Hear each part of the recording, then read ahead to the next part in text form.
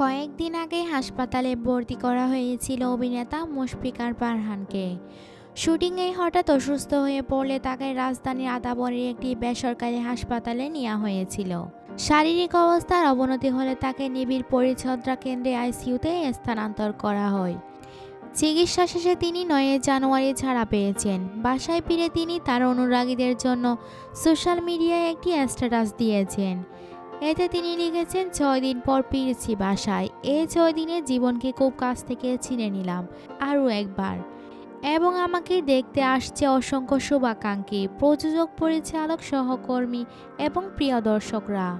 আমি সবাইকে দেখে মুচকি হাসছি, কি বলবো বুঝতে পারছি না।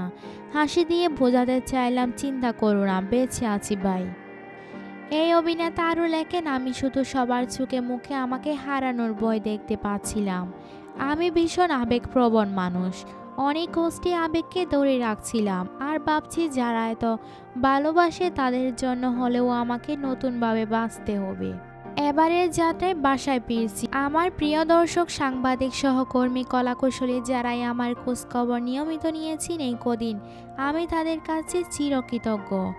আপনাদের ভালোবাসাতে আমি ফারহান হয়েছি। ইনশাআল্লাহ আপনাদের এই অকৃত্রিম ভালোবাসায় ফারহানকে বাঁচিয়ে রাখবে। ভালোবাসা সবার জন্য। Yeah.